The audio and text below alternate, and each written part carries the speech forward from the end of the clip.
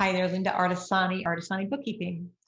So this week we're going to be talking about what the heck is an owner's draw. You're going to see this in company files where you're working with a law firm or a partnership type of law firm, and you need to know what kind of entity it is to know when the partners actually take physical funds out of the business.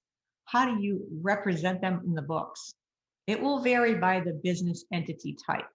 So you will normally see with law firms, you might see a sole proprietorship.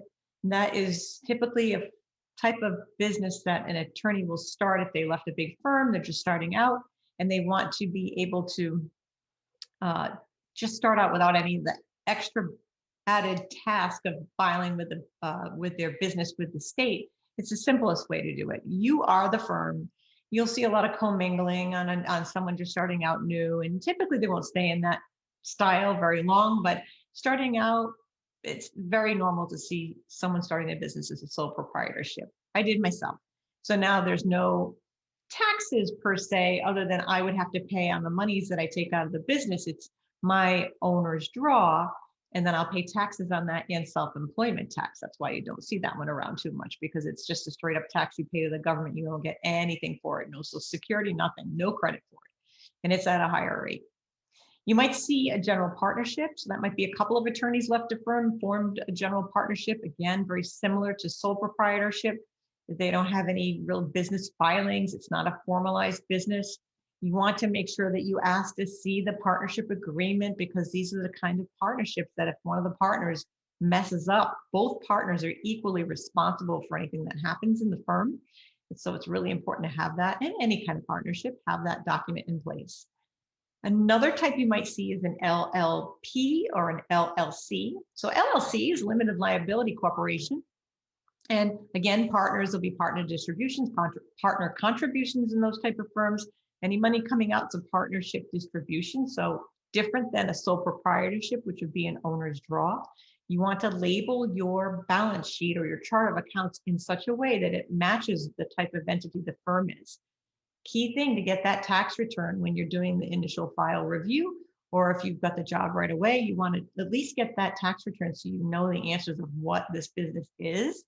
Sometimes asking the person that you're working with, your client, they might say, I'm not really sure. Don't find that happening too often with attorneys, but I do see that when I used to work with other firms. You might see, so now the partnership, they take the money out. They're liable. They have a corporate shield, so they'll have a corporate. They'll have to register with the state, so they do have some corporate protections there. But any money they take out is still a distribution. It's like the draw. They're going to have to pay taxes on that. Sometimes you'll see an LLC that acts as an S corp. In that case, if they act as an S corp, you'll see that maybe the owners. You'll look in the chart of accounts and see that there's maybe shareholder distribution there. You might see a loan to officer. You might see stock or capital stock listed. Then you'll know that it's that S corp. And if you have a person you're working with that's an S corp, it has comma Inc. on their name, INC, you'll know that the same thing. They're an S corp. You want to ask because it could be a C corp. But there are ways to take a look at that. And then in that case, you'd have shareholder distribution. That's how you would structure that chart of accounts. You want to make sure it's right. Any money taken out there should be paid in payroll. You want to have a payroll there. The owner should be paid reasonable payroll.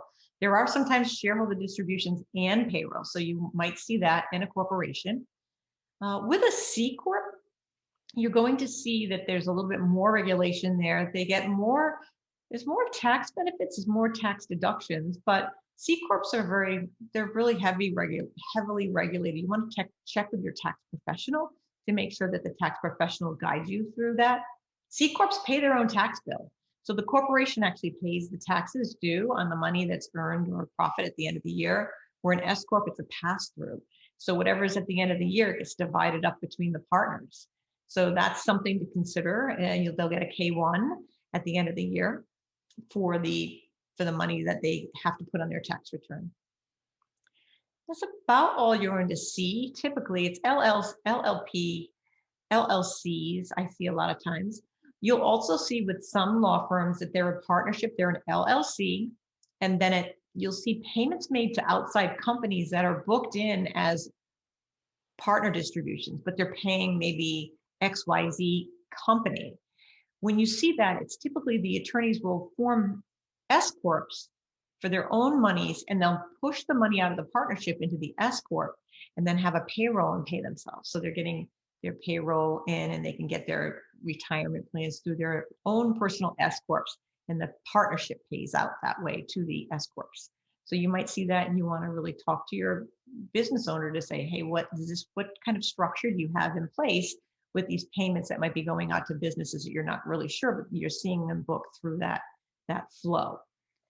So I'm going to take you now into QuickBooks and show you a little bit of the structure that I like to set up, especially with partnerships. We do see that a lot, typically with law firms. So I'm going to show you how I like to set it up. I'll also show you a little bit of what it looks like with a corporation, because I've got both on this one file, on my demo file. Like I said, the demo file is kind of like, it's like a catch-all. You put all sorts of things in it. It's not exactly the perfect file, but it's used for doing videos like this. So it has a lot of different things. You won't see an S corp listed with partners, and you wouldn't see that on one person's books.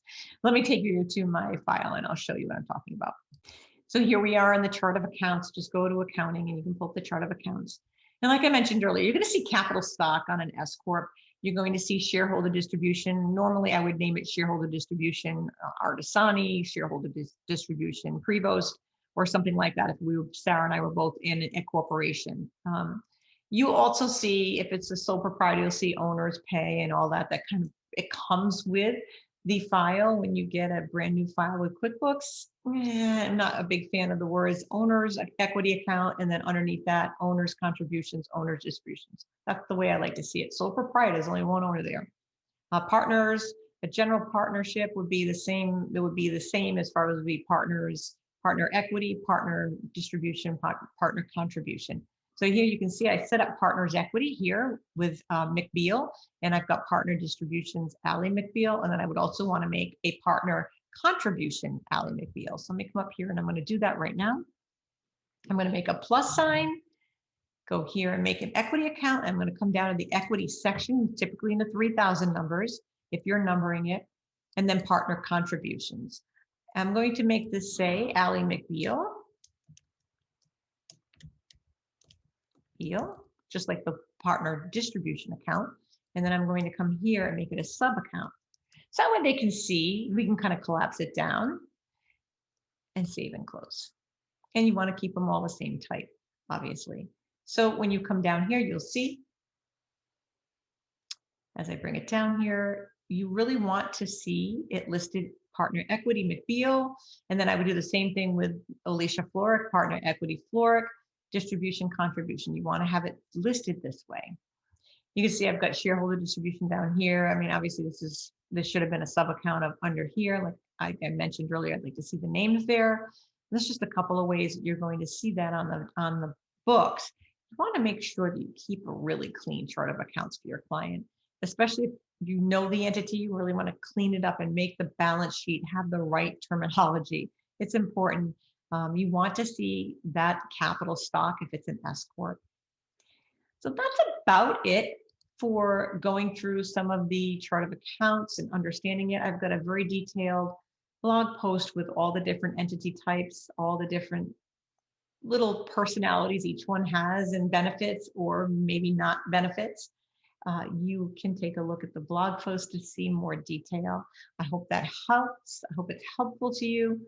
If you have any questions or comments, please feel free to reach out. The easiest way is through my Facebook page, Artisani Bookkeeping. You can also join us in our Facebook group, QB Community Live. It's a general business Facebook group, and we have quite a few members. We're getting upwards toward the 2,000 mark. I also have a Facebook group called the Accountants Law Lab, and a private group where we meet once a week and brainstorm all things accounting and law firms. So I hope you join me there. If you are an attorney that needs help setting up your books or getting through any of this, please reach out. We're more than happy to help you. On that note, I wish you all a wonderful, wonderful week. Bye now.